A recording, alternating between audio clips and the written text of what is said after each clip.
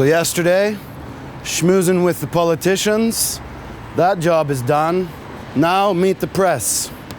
So let's go in there. This is going to be art press. So the most important thing is that the most important message is that yes, I'm a con artist, but I'm a con artist with a conscience. So I'm glad if you comment on that here. I'm glad you mentioned that because I was planning on taking over this whole thing anyways. Could I ask for something? Just a small request. Like, let's all do this thing together just as like a team. Now we're a team. We're just trying to make me look famous. Let's all do our best to make me look famous. I mean, I'm a pandemic profiteer, basically. The fact that so many people went through an emotionally straining period all at the same time means that, I mean, this is prime time for con artists. When you're like going through a transition and are vulnerable, that's when it's easy because your intuition's off. So this is the perfect time to come in and, yeah. So I'm just gonna take advantage of the suffering and sell a really bad self-help book. So who's your demographic? My demographic is everybody. Definitely everybody, but help me out. Like next table I'll go to, like what should I improve about this? Let them talk. Let them talk. Jesus, I don't know how to do that. People here know that I'm a con artist too, and they're just letting me get away with it, you know, because like, it looks like art. It's like, you know, just decadent, enjoying the absurdity of stuff. Dirty game.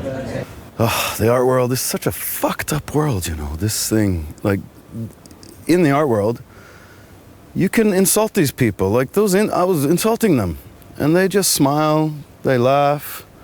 It's almost insulting how they don't get insulted by insults. There's a lot of responsibility, and also you gotta respect, like, who's paying for this, so. Yeah. I mean, no, you don't actually. But if it's taxpayer money, I think it's time to talk about this openly. Okay. But maybe you don't mind.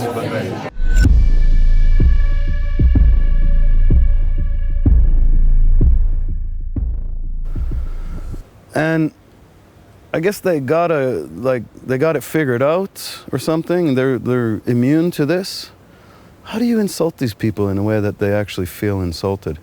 You can make them feel uncomfortable, but I don't know, I don't get it. Is this a form of institutional critique that you're performing? Well, I hope it is, because institutions took over the institutional critique in the 80s, and I think we need to take that back, because they were like, okay, now we define what institutional critique is, and everybody listened to them because they're fucking so good at, you know, intellectualizing it. Yeah, and the ball keeps on rolling in their field. Totally, it's in their favor, and everybody's like, oh wow, you're criticizing yourself. No, you're not. Once you criticize these institutions, they make sure that you shut up real quick. Like, I'm telling the truth, and I'm saying that they're all a part of this really kind of unregulated economy and this status game where they're all playing a part and pretending like they're there because of their talents and whatever, and I don't know, you have to justify your position in this world, so. But it's just surprising, why don't they get insulted? I'm offended, actually.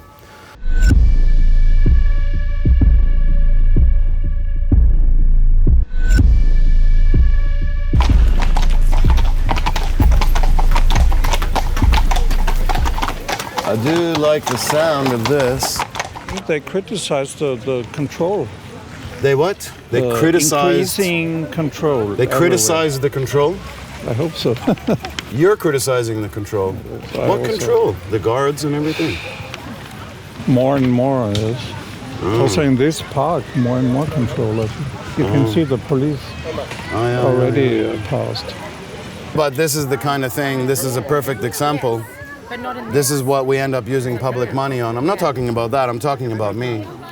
That's good, obviously. You can see, look how many people are enjoying this. What I do, nobody enjoys. You know, I'm just like, I have an audience of 2. This is at least a good use of public money. Look at the enjoyment in the park. More of this and less of me, I say.